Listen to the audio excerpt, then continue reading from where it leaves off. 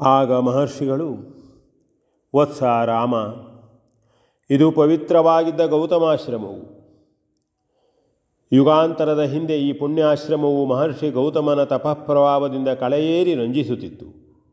ಈಕೆಯು ಪತಿತೆಯಾಗಿದ್ದ ಗೌತಮ ಭಾರ್ಯೆ ಅಹಲ್ಯೆ ಎಂಬವಳು ಎಂದು ಹೇಳಿ ಆಕೆಯನ್ನು ಕುರಿತು, ನಿನ್ನ ಪತನ ವೃತ್ತಾಂತವನ್ನು ನೀನೇ ಭಿನ್ನಯಿಸಿಕೋ ಎಂದು ಆಜ್ಞಾಪಿಸಿದರು. ಆಗ ಅಹಲ್ಯೆಯು ತನ್ನ ಅಂತಃಕರಣವನ್ನೇ ತೆರೆದಿಟ್ಟಂತೆ ಆ ದಿವ್ಯ ಸನ್ನಿಧಿಯಲ್ಲಿ ತನ್ನ ಆದ್ಯಂತ ವೃತ್ತಾಂತವನ್ನು ತೋಡಿಕೊಳ್ಳಲು ಸಿದ್ಧಳಾದಳು. ವಿಶ್ವಾಮಿತ್ರರು ಅಲ್ಲೇ ಶಿಲಾಸನವೊಂದರ ಮೇಲೆ ಮಂಡಿಸಿದ್ದರು. ಅವರ ಎಡಬಲ ಬದಿಗಳಲ್ಲಿ ತುಸು ಹಿಂದಕ್ಕೆ ಸರಿದು ಶ್ರೀರಾಮಲಕ್ಷ್ಮಣರು ನಿಂತಿದ್ದರು. ಎಲ್ಲರ ದೃಷ್ಟಿಯೂ ದೀನೆಯಾಗಿದ್ದ ಅಹಲ್ಯೆಯ ಮೇಲೆಯೇ ನೆಟ್ಟಿತ್ತು. ಅಷ್ಟರಲ್ಲಿ ಆಕೆ ಕೈಯೆರಡನ್ನೂ ಜೋಡಿಸಿಕೊಂಡು ಆ ಮೂರು ಮಂದಿಯವನ್ನೂ ಕ್ಷಣಕಾಲ ಅವೇಕದೆ ನೋಡಿ ಅಲ್ಲೇ ಉದ್ದಂಡವಾಗಿ ನಮಸ್ಕರಿಸಿದಳು. ಹಾಗೆಯೇ ಎದ್ದು ನಿಂತುಕೊಂಡು ಅಹಲ್ಯೆಯು ತನ್ನ ವೃತ್ತಾಂತವನ್ನು ಹೀಗೆಂದು ನುಡಿಯತೊಡಗಿದಳು. ಸ್ವಾಮಿನ್, ಮಹಾತಪಸ್ವಿಗಳ ಕೈ ಹಿಡಿದಿದ್ದರೂ ಧರ್ಮವನ್ನು ಅರಿಯದೆ ಭ್ರಾಂತಿಯಿಂದಲೇ ಪತಿತೆಯಾದವಳು ನಾನು. ಬ್ರಹ್ಮದೇವನ ಮಗಳು ನಾನು. ಆದರೂ ನನ್ನ ಕರ್ಮವು ನನ್ನನ್ನು ಈ ದುಸ್ಥಿತಿಗೆ ದೂಡಿತು. ಸೃಷ್ಟಿಕರ್ತನಾದ ನನ್ನ ಜನಕನು ನಾನು ಪ್ರಾಪ್ತ ವಯಸ್ಕಳಾದಾಗ ಅನೇಕ ಋಷಿಗಳನ್ನು ದೇವತೆಗಳನ್ನು ತನ್ನ ಆಸ್ಥಾನಕ್ಕೆ ಕರೆಯಿಸಿಕೊಂಡು ನನ್ನ ವಿವಾಹದ ಕುರಿತು ಪ್ರಸ್ತಾವಿಸಿದನು. ಯಾರು ಆದಷ್ಟು ಬೇಗನೆ ಭೂಪ್ರದಕ್ಷಿಣೆ ಮಾಡಿ ಬರುತ್ತಾರೋ ಅಂಥವರಿಗೆ ತನ್ನ ಕುವರಿಯನ್ನು ಪರಿಣಯ ಮಾಡಿಕೊಡುತ್ತೇನೆಂದು ನನ್ನ ಸ್ವಯಂವರದ ಪಣವನ್ನು ಸಾರಿದನು. ನಾನು ಅತ್ಯಂತ ಸುಂದರಿಯಾಗಿದ್ದನಂತೆ. ಮಹೇಂದ್ರನು ಪಣವನ್ನು ಕೇಳಿ ನನ್ನ ಬಯಕೆಯಿಂದ ಆ ಕ್ಷಣವೇ ಭೂಮಿಯನ್ನು ಸುತ್ತಲು ಹೊರಟನು. ಆದರೆ ಅಲ್ಲೇ ಇದ್ದ ಗೌತಮರು ಕಾಮಧೇನುವನ್ನು ಪ್ರದಕ್ಷಿಣೆ ಬಂದು, ನಾನು ಪಣವನ್ನು ಗೆದ್ದ ಕನ್ಯಾರ್ಥಿ ಎಂದರು.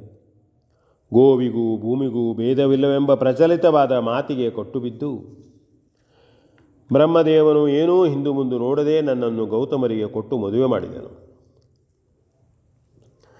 ಇಂದ್ರನು ಭೂಮಿಯನ್ನು ಸುತ್ತಿ ಬಂದಾಗ ನನ್ನ ಮದುವೆಯು ಪೂರೈಸಿ ಹೋಗಿದ್ದಿತು. ನಿರಾಶನಾದ ಮಹೇಂದ್ರನು ಮತ್ತೆ ಹಿಂದಿರುಗಿದನು. ನಾನು ಇದೇ ಪ್ರದೇಶದಲ್ಲಿದ್ದ ನನ್ನವರ ಆಶ್ರಮಕ್ಕೆ ಅವರೊಂದಿಗೆ ಬಂದೆನು. ಎಷ್ಟೋ ವರ್ಷಗಳವರೆಗೆ ನಾವು ಇಲ್ಲಿ ಸುಖ ದಾಂಪತ್ಯವನ್ನು ಅನುಭವಿಸುತ್ತಿದ್ದೆವು. ನಮ್ಮ ಔರಸ ಪುತ್ರನಾದ ಶತಾನಂದನು ಚಿಕ್ಕವನಾಗಿದ್ದಾಗ ನನ್ನ ಪ್ರಾರಬ್ಧವೇ ನನ್ನನ್ನು ಕಾಡತೊಡಗಿತು. ನನ್ನ ಪತಿಗಳು ಯಾವುದೋ ಇಪ್ಸಿತಾರ್ಥದ ಸಿದ್ಧಿಗಾಗಿ ತಪಕ್ರಮ ನಿರತರಾಗಿದ್ದರು. ಅದೇನೆಂದು ನಾನು ಅರಿಯೆನು. ಅವರೂ ತಿಳಿಸಿರಲಿಲ್ಲ. ಎಷ್ಟೆಷ್ಟೋ ದಿವಸಗಳವರೆಗೆ ಅವರು ಬಹಿರ್ಮುಖರಾಗದೆಯೇ ಉಳಿಯುತ್ತಿದ್ದರು. ಅವರ ಈ ಕ್ರಮವು ಹೆಚ್ಚುತ್ತಿದ್ದಂತೆಯೇ ನನಗೆ ಜೀವನದಲ್ಲಿ ನಿರಾಸೆಯುಂಟಾಗತೊಡಗಿತು. ನನ್ನನ್ನು ಋಷಿಪತ್ನಿಯರಂತೆ ಸಂಸ್ಕಾರವಿತ್ತು ತನ್ನ ಯೋಗ್ಯತೆಗೆ ತಕ್ಕಂತೆ ನಡೆಸಿಕೊಳ್ಳಲು ಅವರೂ ಕೃಪೆ ಮಾಡಿರಲಿಲ್ಲ. ನಾನು ಹಾಗೆಂದು ಅವರನ್ನು ಕೇಳಿಕೊಂಡಿರಲಿಲ್ಲ. ಮೇಲಾಗಿ ನನಗೆ ಆ ಯೋಗ್ಯತೆಯೂ ಇರಲಿಲ್ಲ. ಕೆಲವು ವೇಳೆ ನೀರವವಾಗಿ ಭೂಗಗನಗಳನ್ನು ನೋಡುತ್ತಾ ಕಾಲ ಕಳೆಯುತ್ತಿದ್ದೆನು. ತರುಲತೆಗಳೊಂದಾಗಿ ಸೊಗಸನ್ನು ಬೀರುವ ಸುಂದರ ದೃಶ್ಯಗಳು ನನಗೆ ನನ್ನನ್ನೇ ಅಣಕಿಸಿದಂತೆ ಕಂಡು ದೂರ ದಿಗಂತವನ್ನು ದೃಷ್ಟಿಸಲು ವ್ಯೋಮವು ಭೂಮಿಯನ್ನು ಮುತ್ತಿಟ್ಟಂತೆ ಕಾಣತೊಡಗಿತು.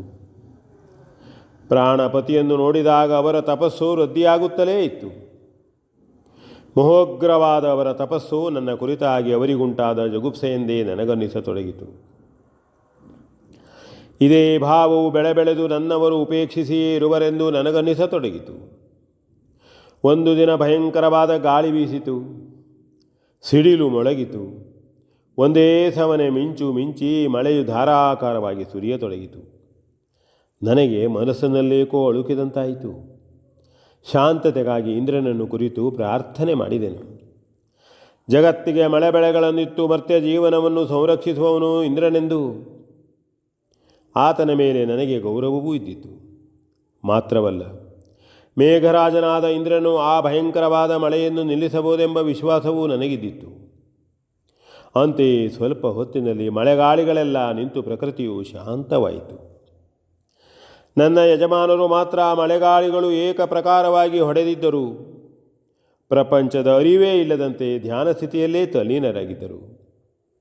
ಅದನ್ನು ಕಂಡು ನನಗೇಕೋ ಒಮ್ಮೆ ನಗು ಬಂತು. ಅಷ್ಟರಲ್ಲಿ ನನ್ನ ಪತಿರೂಪದಿಂದ ಇಂದ್ರನೇ ಬಂದು ನನ್ನನ್ನು ಸಮೀಪಿಸಿ ತನ್ನ ಬಯಕೆಯನ್ನು ವ್ಯಕ್ತಪಡಿಸಿದನು. ನನಗೆ ಒಮ್ಮೆಲೆ ಅನಿರ್ವಚನೀಯವಾದ ಯಾವುದೋ ವಿಶೇಷದ ಅನುಭವವಾಯಿತು. ಇಂದ್ರನೇ ಎಂಬುದನ್ನು ಅರಿತು ಆಶ್ಚರ್ಯವೂ ಆಯಿತು. ಅವನ ಬಯಕೆಯನ್ನು ಕೇಳಿ ಭಯವೂ ಆಯಿತು. ಮುಖ್ಯವಾಗಿ ನನ್ನ ಮನಸ್ಸಿನಲ್ಲಿ ಅಂಕುರಿಸಿದುದು ಇತರರಿಗೆ ತಿಳಿದು ಹೋದರೆ ಎಂದಷ್ಟೇ. ಇಂದ್ರನನ್ನು ನಿರಾಕರಿಸಲು ನನ್ನ ಮನಸ್ಸು ಒಡಂಬಡಲಿಲ್ಲ. ಪುರಸ್ಕರಿಸಲು ಸಂಕೋಚವೂ ಬಿಡಲಿಲ್ಲ. ಗೌತಮರ ಧರ್ಮಪತ್ನಿಯಾದ ತಾನು ಈ ಕೀಳುದಾರಿಯನ್ನು ಅನುಸರಿಸುವುದು ಯುಕ್ತವಲ್ಲವೆಂದು, ಇಂದ್ರನ ಅಭಿಷ್ಟವನ್ನು ಸಲ್ಲಿಸುವುದು ಅಪರಾಧವಾಗಬಹುದೆಂದು ನನಗೆ ನನ್ನ ಅಂತರವೇ ಒತ್ತಿ ಹೇಳುತ್ತಿದ್ದಿತು. ವಿವಾಹ ಪೂರ್ವದಲ್ಲೇ ನನ್ನನ್ನು ಬಯಸಿ ಹತಾಶನಾದ ಇಂದ್ರನು ಇಂದು ಪ್ರಸನ್ನನಾಗಿ ಬಂದಾಗ ನನಗೇಕೋ ಅವನ ಕುರಿತು ಒಂದು ರೀತಿಯ ಅಭಿಮಾನವೇ ಮೂಡಿತು. ಪತಿದೇವನು ಉಪೇಕ್ಷಿಸಿದರೂ ಇಂದ್ರನು ತನ್ನ ಹಳೆಯ ಆಸೆಯಿಂದಲೇ ಕೊಟ್ಟು ಒಡೆದು ನನ್ನ ಬಳಿ ಬಂದಿರುವುದನ್ನು ನೆನೆದು ನನಗೇಕೋ ಅತ್ಯಂತ ಅನುರಾಗವೇ ಅಂಕುರಿಸಿತು. ಆದರೂ ಕೈಕೊಳ್ಳುವ ಕಾರ್ಯವದು ಪಾಪಕರ್ಮವೆಂದು ಹೊಳೆಯಿತು. ಅರಕ್ಷಣ ನನ್ನ ಹೃದಯದಲ್ಲಿ ನಾನಾ ಭಾವಗಳು ಮೂಡಿ ಗೊಂದಲವನ್ನೆಬ್ಬಿಸಿದವು. ಅದನ್ನರಿತು ಇಂದ್ರನು ಬ್ರಾಹ್ಮ ವಿವಾಹ ಪದ್ಧತಿಯಂತೆ ಮದುವೆಯಾದ 3 ದಿನಗಳ ಪರ್ಯಂತ ಮರ್ತ್ಯ ವಧುಗಳು ದೇವತೆಗಳಿಗೆ ಸಮರ್ಪಿಸಲ್ಪಡುತ್ತಾರೆ. ಆಮೇಲೆಯೇ ಅವರು ಅವರವರ ಪತಿಗಳನ್ನು ಸೇರುವುದಾಗಿದೆ. ಆದುದರಿಂದ ದೇವತೆಗಳು ಮರ್ತ್ಯಲೋಕದ ಮಾನಿನಿಯರ ಅವಿವಾಹಿತ ಪತಿಯರೇ ಆಗಿರುತ್ತಾರೆ. ಹಾಗಾಗಿ ದೇವತೆಗಳ ಈ ರೀತಿಯ ಬಯಕೆಯನ್ನು ನಿನ್ನಂಥವರು ಪೂರೈಸುವುದು ಯಾಕೆ ತಪ್ಪಾಗಬೇಕು? ನಮಗೆ ಸಮರ್ಪಿತವಾದುದನ್ನು ನಾವು ಯಾವಾಗಲೇ ಆದರೂ ಸ್ವೀಕರಿಸಿಕೊಳ್ಳಲು ಬಯಸಿದರೆ ಅದನ್ನು ಮೀರುವುದು ನ್ಯಾಯವಾಗುತ್ತದೆಯೇ? ಯಾವ ಸಂದೇಹವೂ ಬೇಡ. ದೇವಲೋಕದ ದಿವ್ಯ ಭೋಗವನ್ನು ಭೂಮಿಯಲ್ಲೇ ಅನುಭವಿಸು ಎಂದು ನನ್ನನ್ನು ಹುರಿದುಂಬಿಸಿದನು. ಆ ಕಾಲದಲ್ಲಿ ನನಗದು ಒಮ್ಮೆ ಸರಿಯೆಂದೇ ಕಂಡಿತು. ಆದರೂ ಪಾಪ ಎಂದೆಣಿಸಿ ಮೈ ನಡುಗಿತು. ಮರುಕ್ಷಣದಲ್ಲಿಯೇ ಇನ್ನೇನೂ ಆಯಿತು. ಸ್ವರ್ಗಲೋಕದ ರಂಭಾದಿ ನಾರಿಯರ ಭೋಗ ಭಾಗ್ಯವನ್ನುಂಡ ಅಮರಾವತಿಯ ಇಂದ್ರನು ಮುನಿಪತ್ನಿಯಾದ ನನ್ನ ಸುಖವನ್ನು ಬಯಸಿ ಬಂದನೆಂದೆಣಿಸಿ ನನಗೆ ನನ್ನಲ್ಲೇ ಹೆಮ್ಮೆಯುಂಕುರಿಸಿತು. ಪಾಪಕರ್ಮಕ್ಕೆ ಸತ್ತ ಬಳಿಕ ನರಕ ಪ್ರಾಪ್ತಿಯಾದರೂ ಸಜೀವವಾಗಿಯೇ ಸ್ವರ್ಗ ಸುಖವನ್ನುಣ್ಣಲು ಮನಸ್ಸು ಹಾರೈಸಿತು. ತಾನಾಗಿ ಬಂದ ಇಂದ್ರನನ್ನು ತೊರೆದು ಬಿಡಲು ಸರ್ವ ವಿಧದಿಂದಲೂ ಸಾಧ್ಯವಾಗಲಿಲ್ಲ. ಇಂದ್ರನು ಇಂದ್ರಿಯಾದಿ ದೇವತೆಯಂತೆ ಅವನೇ ನನ್ನ ಮೇಲೆ ಬಹುವಿಧವಾದ ಪ್ರಭಾವವನ್ನು ಬೀರಿದಾಗ ದುರ್ಬಲ ಚಿತ್ತಳಾಗಿ ನಾನು ನನ್ನನ್ನೇ ಅವನಿಗೊಪ್ಪಿಸಿಬಿಟ್ಟೆನು. ಪಾಪಕೃತ್ಯದಿಂದಲೇ ಆದರೂ ಸ್ವರ್ಗ ಸುಖವನ್ನು ಕ್ಷಣ ಮಾತ್ರ ಅನುಭವಿಸಿ ಧನ್ಯಳಾದನೆಂದು ಭ್ರಮಿಸಿ ತೃಪ್ತಿಪಟ್ಟೆನು. 100 ಯಾಗಗಳ ಪುಣ್ಯ ಫಲದಿಂದಲೇ ಇಂದ್ರ ಪದವಿಯನ್ನು ಸ್ವರ್ಗಭಾಗ್ಯವನ್ನು ತನ್ನ ಅರ್ಹತೆಯಿಂದಲೇ ಪಡೆದ ಇಂದ್ರನು ಮುನಿವದುವೆಯಾಗಿದ್ದ ನನ್ನನ್ನು ಬಯಸಿ ತನ್ನ ಅಭಿಷ್ಟವನ್ನು ಪೂರೈಸಿಕೊಂಡು ತೃಪ್ತನಾದನು. ಇಂದ್ರಧನುವಿನಂತೆ ಕೇವಲ ಕ್ಷಣಿಕವಾದ ಆ ಇಂದ್ರಿಯ ಜನ್ಮ ಸುಖವು ಅದರ ಸತ್ಯತೆಯನ್ನು ಮರುಕ್ಷಣವೇ ಕಾಣಿಸಿಕೊಟ್ಟಿತು. ಮನಸ್ಸು ತೃಪ್ತವಾಗಿದ್ದರೇನು, ಮೈಯು ಅಪವಿತ್ರವೇ ಆಗಿದ್ದಿತು. ಜೀವನವು ಅಶುದ್ಧವೇ ಆಗಿ ಹೋಯಿತು. ಶುದ್ಧವಲ್ಲದ ಅಪವಿತ್ರತೆಯು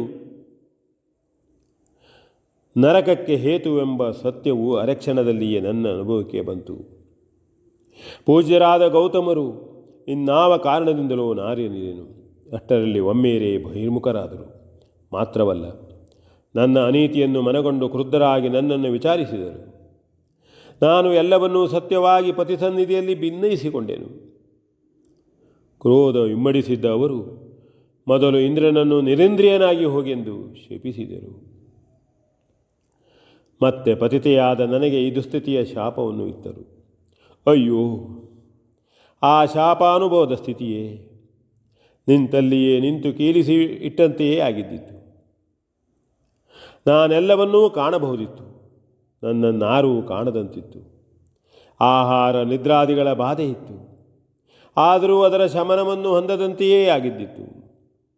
ಸಾವಾದರೂ ಸವನಿಸಲಿ ಎಂಬಷ್ಟು ಆ ಸ್ಥಿತಿಯು ದಾರುಣವಾಗಿತ್ತು.